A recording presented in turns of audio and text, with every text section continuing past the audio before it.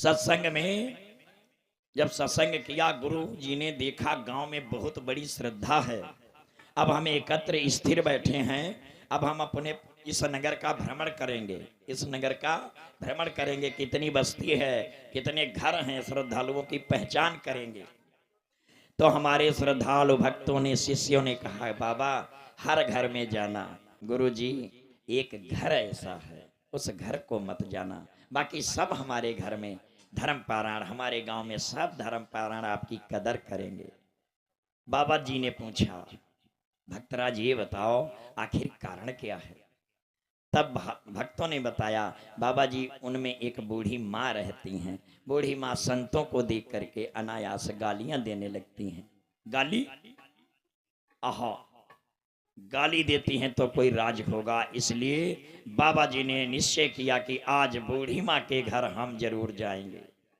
ध्यान से मौसिया जी, आज संत माधव दास उन बूढ़ी माँ के द्वार पर गए। ध्यान देना, आज जब बूढ़ी मैया के द्वार पर गए, बूढ़ी मैया उस समय अपनी अंगनाई में चौका लगा रही थी। चौका, चौका जानती हो, चिकनी मिट्टी एक बाल्टी में भिगो करके एक सड़े हुए पुतन्ने से चौका।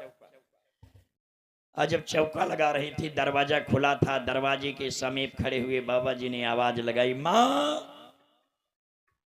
तो क्रोध में आकर के, क्रोधावेश में आकर के उन बूढ़ी माँ ने उस पुतन्ने को फेंक करके मारा। पुतन्ना ठीक गुरुजी के छाती में जाके लगा। ऐसा था क्यों? एक पुत्र था, पुत्र की बारात के 15 साल हुए। लोगों ने, बड़े बूढ़े संतों ने कहा, तुम अमावस्या स्नान करो, भगवान टेढ़ेनाथ की कृपा से तुम्हारे घर में पुत्र होगा। अमावस्या 1 साल नहीं 5 साल तक स्नान करती रही, लेकिन कोई फायदा नहीं हुआ। गांव के भक्तों ने कहा, तुम विप्रों को भोजन कराओ, हो सकता है विप्रों के आशीर्वाद से तुम्हारे घर में खुशी आए, लेकिन फिर भी कोई फायदा नहीं। तब गांव के श्रमहांत व्यक्तियों ने कहा, अब तुम संतों को भोजन कराओ, यथाशक्ति दक्षिणा दो। तब संतों को भोजन कराया, लेकिन कोई फायदा नहीं हुआ। संतों से, विप्रों से, देवताओं से विश्वास बूढ़ी माँ का हट गया। ना, ये सब बकवास है। उसी दिन से माता घृणा करने लगी कि अब हम किसी संत को अपने द्वार पर आने नहीं देंगे।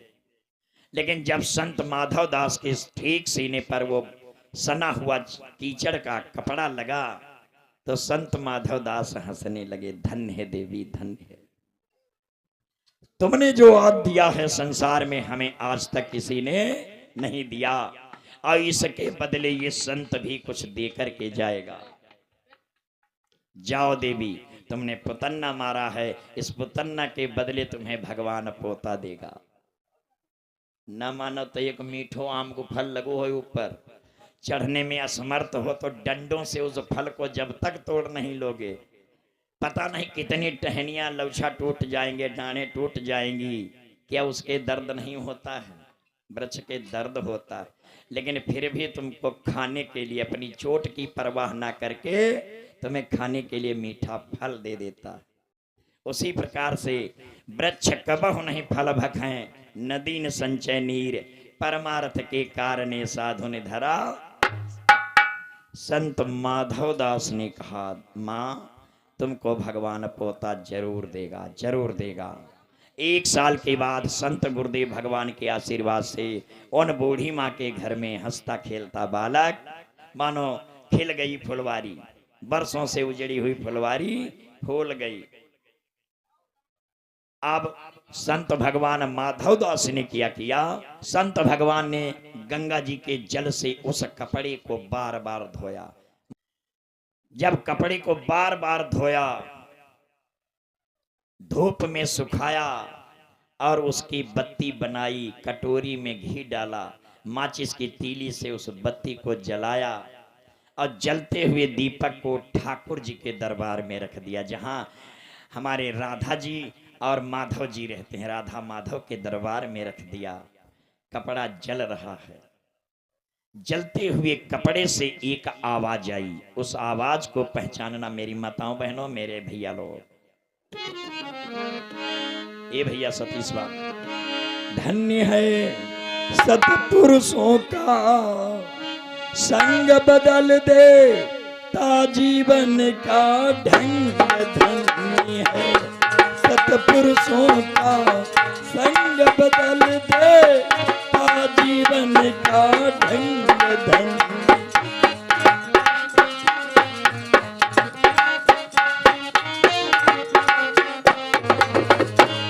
धन्य है सतपुरुषों का संग बदल दे जीवन का ढंग। धन्य है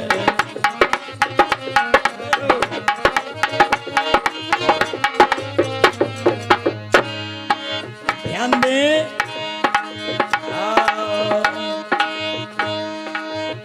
पड़ा हुआ गोता में रोता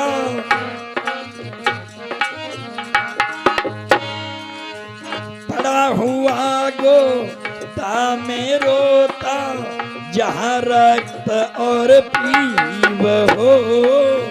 पड़ा हुआ गो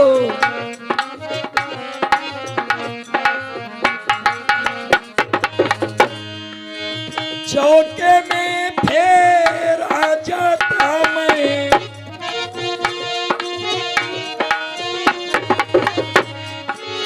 मरे हजारों जीवया गया जीवन से मैं तंग बदल दे ता जीवन का ढंग गया गया।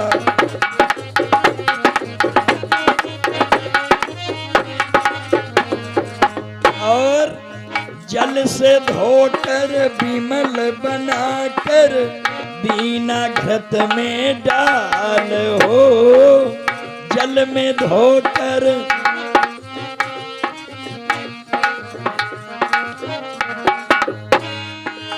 इसी तरह है हरि मंदिर आया।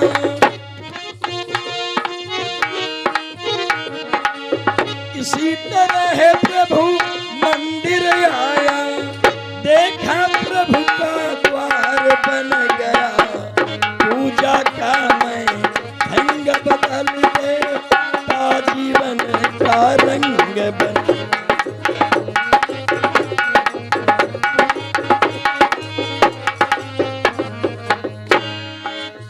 ऊपर झूला करूं आरती गरुण करें गुण गाथ हो।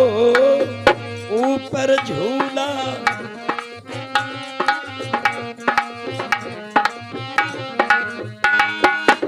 ए दादा मेरे ही प्रकाश में दर्शन मेरे ही प्रकाश में दर्शन देते दीनानाथ यसी से अंधे और अपंग बदल दे ता जीवन का ढंग यसी से।